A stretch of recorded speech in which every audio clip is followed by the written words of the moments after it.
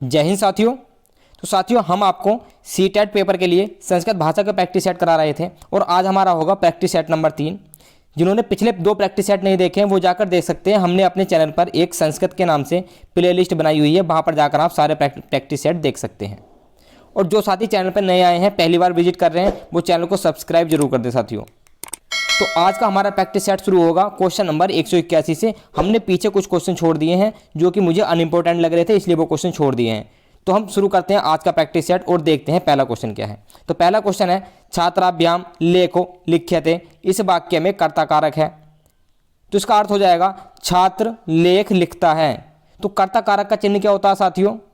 कौन लेख लिखता है इसमें? तो इसमें छात्र लेख लिखता है। काम किसके द्वारा हो रहा है? छात्र के द्वारा हो रहा है। तो कर्ता भी यही कहता है, कर्ता कारक, कि जो काम करता है वहां पर कर्ता कारक होता है। तो इसका आंसर हो जाएगा option number C. Option number C, छात्राभ्याम, इसका सही आंसर हो जाएगा।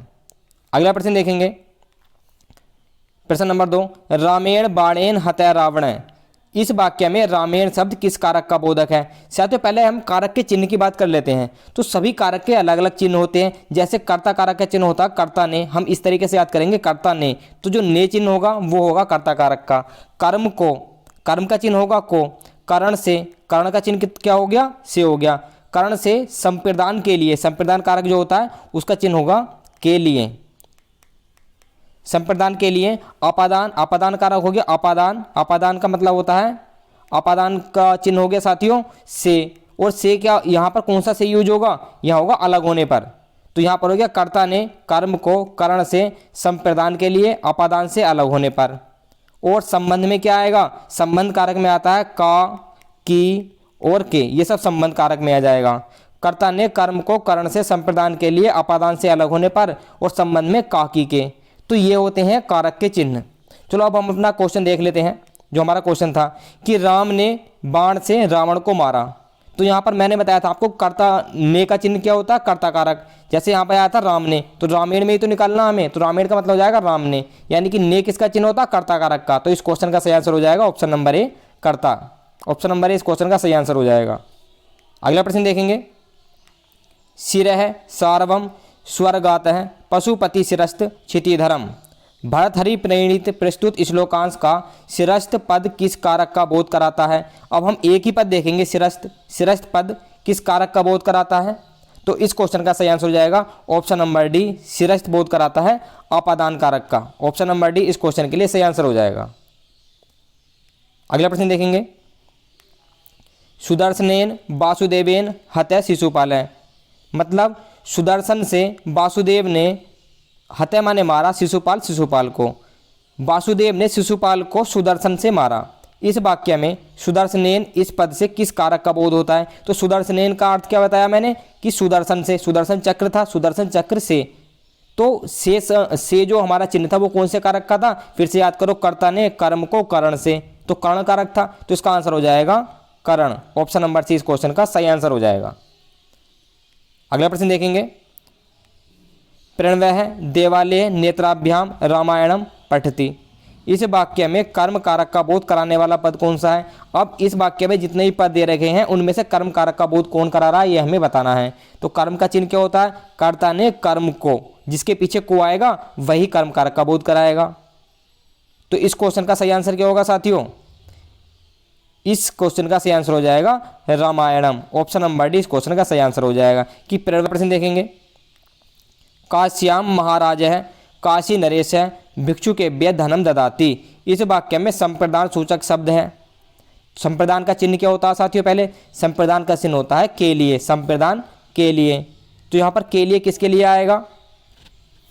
तो यहाँ पर है काश्यप, काशी के महाराज ने, काशी नरेश ने, काशी के महाराज काशी नरेश ने भिक्षु के व्यय, भिक्षु के लिए धनम दिया, धन दिया। तो किसके लिए दिया? भिक्षु के लिए। यही तो हमारा संप्रदान कारक का चिन्ह होता है के लिए। तो भिक्षु के व्यय मतलब भिक्षा के लिए। तो इसका आंसर हो जाएगा भिक्षु के व्यय। ऑप्शन नंबर सी इस क्वेश्चन का सही आंसर हो जाएगा।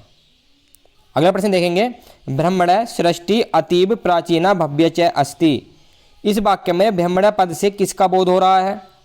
तो ब्रह्मण शब्द से किस कारक का बोध हो रहा है साथियों? तो इसका सही आंसर हो जाएगा संबंध कारक का। ऑप्शन नंबर डी इस क्वेश्चन का सही आंसर हो जाएगा।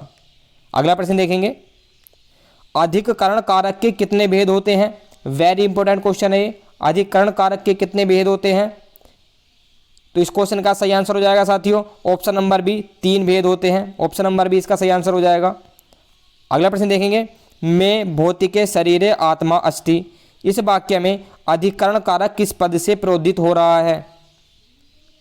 साथियों अधिकरण का चिन्ह होता है में या पर, में या पर अधिकरण कारक का चिन्ह होता है। तो 189 क्वेश्चन नंबर का सही आंसर हो जाएगा शरीरे, शरीर में, कि शरीर में आत्मा निवास करती है या आत्मा है, तो शरीर में है तो और अधिकरण कारक का चिन्ह होता है में और पर, तो इसका ऑप्शन नंबर बी हमारा सही हो जाएगा, शरीरे। अगला प्रश्न देखेंगे, कारकों के संबंध में आधार किस कारक का बोध कराता है? तो आधार किस कारक का बोध कराता है? कर्ण कारक का, अधिकरण कारक का, अपादान कारक का या फिर संबंध कारक का? तो इस क्वेश्चन का सही आंसर हो जाएगा ऑप्शन नंबर बी, अधिकरण कारक का। अधिकरण कारक का बोध कराता है आधार शब्द। ऑप्शन नंबर बी सही आंसर हो जाएगा। अगला प्रश्न देखेंगे, कर्ता कारक का कारक के रूप में बोध कराने के लिए किस विभक्ति का प्रयोग होता है?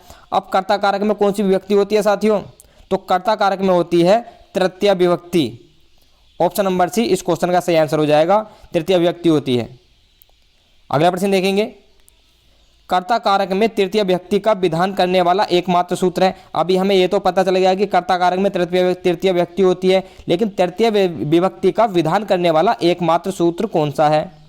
तो वो सूत्र है साथियों कर्तृ कर्णयो, कर्तृ कर्णयो। ऑप्शन नंबर डी इस क्वेश्चन का सही आंसर हो जाएगा। साथियों बहुत ही इंपॉर्टेंट क्वेश्चन चल रहे हैं, तो वीडियो को अंत तक देखें। अगला प्रश्न देखेंगे, प्रथमा विभक्ति का प्रयोग किसे बतलाने के लिए किया जाता है? तो प्रथमा विभक्ति का प्रयोग किसे बतलाने के लिए किया जाता है साथियों? कर्ता को, परिमाण को, संप्रदान को या फिर इन सभी को? तो इस क्वेश्चन का सही आंसर हो जाएगा ऑप्शन नंबर बी, परिमाण को। ऑप्शन नंबर बी सही आंसर हो जाएगा। अगला प्रश्न देखेंगे, संबोधन के अर्थ में किस विभक्ति का प्रयोग किया जाता है?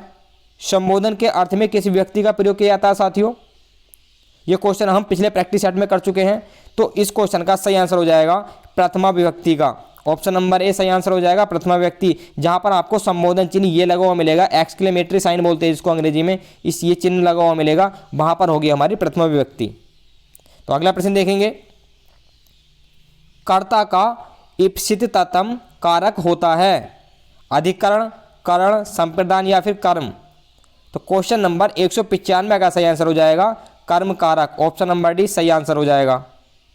अगला प्रश्न देखते हैं, कर्म वाच्य में कर्म कारक में किस विभक्ति का विधान विहित है? कर्म वाच्य में भी कर्म कारक में कौन सी विभक्ति होती है? तो इसका सही आंसर हो जाएगा ऑप्शन नंबर ए, प्रथमा विभक्ति। प्रथमा विभक्ति होती है साथियों, ऑप्शन नंबर ए सही आंसर हो जाएगा। अगला प्रश्न देखेंगे, कर्ता के कार्य की सिद्धि में सहायक अथवा सर्वाधिक उपकारक कारक कौन सा है? कर्म कारक है, करण है, संप्रदान है या फिर अधिकरण है? तो इस क्वेश्चन का सही आंसर हो जाएगा ऑप्शन नंबर बी, करण कारक। ऑप्शन नंबर बी आंसर सही हो जाएगा। अगला प्रश्न देखेंगे, संबंध कारक को कारकों में परिगणित किया गया है या नहीं? तो संबंध कारक को कारकों में परिगणित किया गया है या नहीं, तो इसका आंसर हमें बताना है। इसका आंसर हो जाएगा साथियों ऑप्शन नंबर बी, नहीं। ऑप्शन नंबर बी हमारा सही आंसर हो जाएगा। अगला प्रश्न देखेंगे, किस कारक को बतलाने के लिए चतुर्थी विभक्ति का प्रयोग किया जाता है? मतलब किस कारक में चतुर्थी विभक्ति होती है साथियों? कर्म कारक, करण कारक, संप्रदान कारक या फिर अपादान कारक? तो इस क्वेश्चन का सही आंसर हो जाएगा ऑप्शन नंबर सी, संप्रदान कारक। ऑप्शन नंबर सी इस क्वेश्चन का सही आंसर हो जाएगा। अगला प्रश्न देखेंगे, विश्लेष को सूचित करने के लिए किस विभक्ति का प्रयोग करते हैं? प्रथमा विभक्ति, तृतीय विभक्ति, पंचमी विभक्ति या फिर सप्तमी विभक्ति? तो इस क्वेश्चन का सही आंसर हो जाएगा ऑप्शन नंबर सी, पंचमी विभक्ति। ऑप्शन नंबर सी सही आंसर हो जाएगा।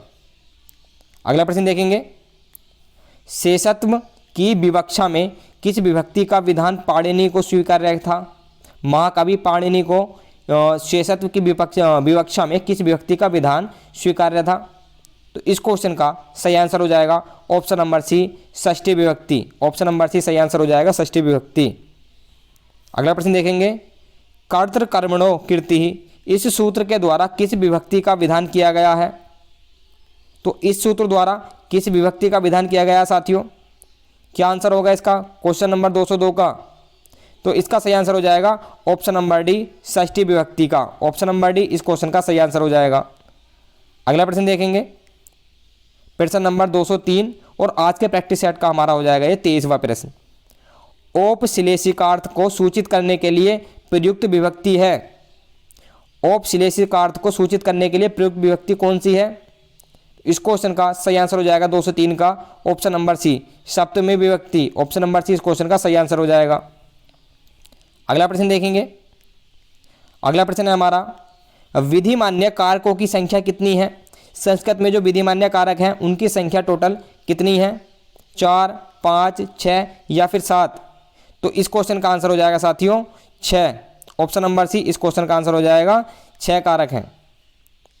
अगला प्रश्न देखेंगे, संस्कृत व्याकरण में कितने वचन स्वीकार किए गए हैं? तो संस्कृत व्याकरण में साथियों कितने वचन स्वीकार किए गए हैं? इस क्वेश्चन का सही आंसर हो जाएगा 3 वचन। जो 3 वचन कौन से हैं? एक वचन, द्विवचन और बहुवचन वचन होते हैं। और हमारे हिंदी में कितने वचन होते हैं? हिंदी में हमारे 2 ही वचन होते हैं, एक वचन और बहुवचन। और अंग्रेजी में भी हमारे 2 ही वचन होते हैं, सिंगुलर एंड प्लूरल। और संस्कृत में हमारे कितने वचन होते हैं? 3 वचन। इसमें कौन सा वचन जुड़ गया है? एक द्विवचन, एक एक्स्ट्रा जुड़ा हुआ है। अगला प्रश्न देखेंगे, शिवः नेत्रेभ्य अपश्यत, इस वाक्य में नेत्रेभ्य किस वचन में प्रयुक्त हुआ है? तो साथियों इस तरीके से क्वेश्चन आते हैं कि नेत्रेभ्य में वचन बताना है। पहले विभक्ति बता रहे थे हम, इस बार हमें वचन बताना है। इसमें कौन सा वचन होगा नेत्रेभ्य? तो क्वेश्चन नंबर 206 का आंसर हो जाएगा साथियों ऑप्शन नंबर सी, बहुवचन। ऑप्शन नंबर सी इस क्वेश्चन का सही आंसर हो जाएगा। अगला प्रश्न देखेंगे, पिर्भव कर्णाभ्याम शृणोति, इस वाक्य में कर्णाभ्याम पद किस वचन का बोधक है? तो कर्णाभ्याम मतलब कानों से सुनता है, तो कर्णाभ्याम में कौन सा वचन होगा साथियों? तो क्वेश्चन नंबर 207 का सही आंसर हो जाएगा ऑप्शन नंबर बी, द्विवचन। क्योंकि कान हमारे 2 होते हैं। और अगर आप ऐसा सोचोगे कि ऊपर नेत्रेभ्य आया था मतलब आंखें भी हमारी 2 होती है, तो वो शिव के लिए यूज हुआ था, इसलिए वहां पर बहुवचन आया था। अगला प्रश्न देखेंगे 208, ते नेत्रेभ्य पश्यन्ति स कर्णाभ्य शृणोति, उसके नेत्र देखते हैं और उसके कान सुनते हैं, या वह कानों से सुनता है। इस वाक्य में शृणोति पद किस वचन का बोधक है? तो शृणोति में इस बार हमें वचन बताना है। तो क्वेश्चन नंबर 208 का सही आंसर हो जाएगा साथियों एक वचन। ऑप्शन नंबर सी इस क्वेश्चन का सही आंसर हो जाएगा। अगला प्रश्न देखेंगे, अभवन क्रियापद किस वचन में प्रयुक्त हुआ है? अभवन क्रियापद किस वचन में प्रयुक्त हुआ है? क्वेश्चन नंबर 209 का सही आंसर क्या हो जाएगा? तो इस क्वेश्चन का सही आंसर हो जाएगा बहुवचन। ऑप्शन नंबर सी इस क्वेश्चन का सही आंसर हो जाएगा बहुवचन। अगला प्रश्न देखेंगे और आज के प्रैक्टिस सेट का हमारा लास्ट क्वेश्चन होगा, अपठत क्रियापद किस वचन में प्रयुक्त है? अपठत क्रियापद किस वचन में प्रयुक्त है साथियों? तो लास्ट क्वेश्चन का क्वेश्चन नंबर 210 का सही आंसर हो जाएगा हमारा एक वचन। ऑप्शन नंबर ए सही आंसर हो जाएगा। तो साथियों ये थे 30 बहुत ही महत्वपूर्ण प्रश्न संस्कृत के, जो कि पिछली परीक्षाओं में बार बार पूछे जा रहे हैं। उन्हीं का संकलन हम आपके लिए लेकर आते हैं। तो एक बार आपसे फिर से निवेदन है कि जिन साथियों ने अभी तक चैनल को सब्सक्राइब नहीं किया है, या फिर जो चैनल को पहली बार विजिट कर रहे हैं, वो चैनल को सब्सक्राइब जरूर कर दें। हम आपके लिए ऐसे ही प्रैक्टिस सेट लाते रहेंगे। और 211 क्वेश्चन नंबर 211 शुरू करेंगे हम अगले प्रैक्टिस सेट में। जय हिंद साथियों।